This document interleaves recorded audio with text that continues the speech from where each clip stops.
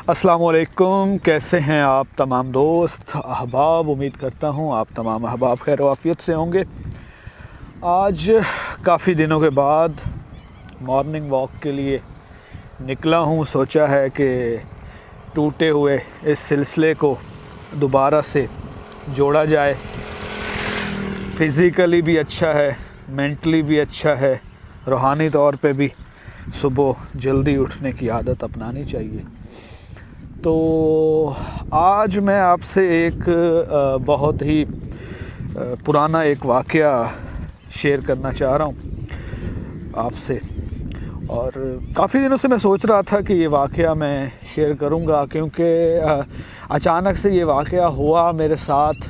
लेकिन ये वाक़या होने के बाद जो है ना, मुझे इसके अंदर ऐसा लगा जैसे इसके अंदर कुछ ना कुछ छुपा हुआ है, कोई सबक छुपा हुआ है।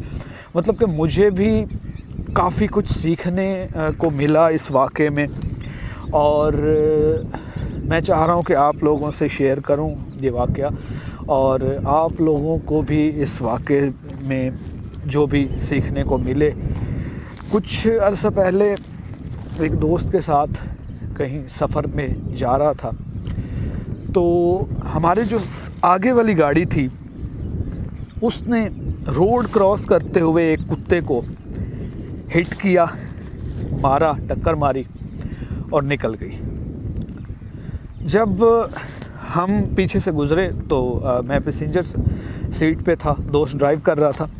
तो मेरी नज़र पड़ी कि कुत्ता मरा नहीं है, ज़ख्मी है, तड़प रहा है। अब गाड़ी स्पीड में थी, निकल गई। मैंने दोस्त से बोला कि यार क्यों ना गाड़ी को रिवर्स बैक किया जाए, पीछे जाया जाए, और इस ज़ख्मी कुत्ते को यहाँ से हटा के रोड की एक साइड पे कर दिया जाए, क्योंकि रोड के बीच पड़ा है, अभी मरा नहीं है, ज़ख्मी है। तो कोई भी गाड़ी आएगी तेज़ रफ्तारी में और कुचल देगी। चले हम तो पीछे पीछे थे, तो इस वजह से हमने अपनी स्पीड कंट्रोल कर ली और हम साइड बचा के निकल आए। लेकिन पीछे कोई भी आएगा तो वो इसको मार देगा। दोस्त ने कहा यार छोड़ो, सुनसान जगह है, क्या कर। मैंने कहा नहीं यार, एक इंसान होने के नाते थोड़ा सा जो है ना हमें एहसास होना चाहिए। खैर वापस मुड़े। दोस्त ने कहा भाई मैं गाड़ी से बाहर नहीं निकलूँगा, जो करना है तुमने करना। मैंने कहा ठीक है, तुम बाहर पीछे लेके आओ गाड़ी, तो मैं कर लूँगा।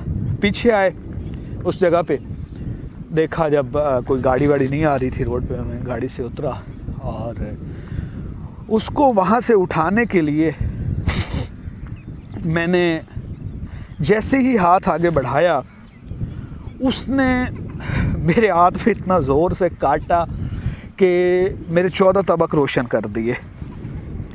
आप अभी तक सुन रहे होंगे कि ये कौन सी बात है फ़हीम भाई, हमें जो है ना एक कुत्ते की कहानी सुना रहे हैं कि रोड पे कितने एक्सीडेंट होते हैं, कितने कुत्ते टकरा जाते हैं, गधे घोड़े टकरा जाते हैं, इंसान रोड पे मारे जाते हैं। लेकिन फ़हीम भाई ये कुत्ते की कहानी क्यों लेके बैठे हुए हैं? खैर जब आप सुनेंगे इसका नतीजा मैं आपको दूंगा, तो आपको पता चलेगा कि मैंने क्यों चाहा कि मैं ये कहानी आपको सुनाऊं। खैर उसने मुझे काटा, गुस्सा भी बहुत आया, पेन भी हुआ, लेकिन जिस काम के लिए पीछे आया था वो काम अधूरा नहीं छोड़ना चाह रहा था। उठाया, साइड पे रखा।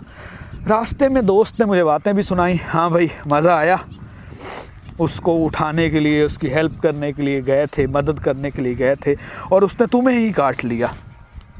मैंने कहा यार देखो, उससे एक सामने वाली गाड़ी हिट करके चली गई, मार के चली गई, और हम जैसे ही उसके पास गए तो उससे शायद लगा होगा कि यही वो लोग हैं जिन्होंने मुझे मारा है, जिन्होंने मुझे हिट किया है, तो इसलिए उसने काट लिया, बदला ले लिया।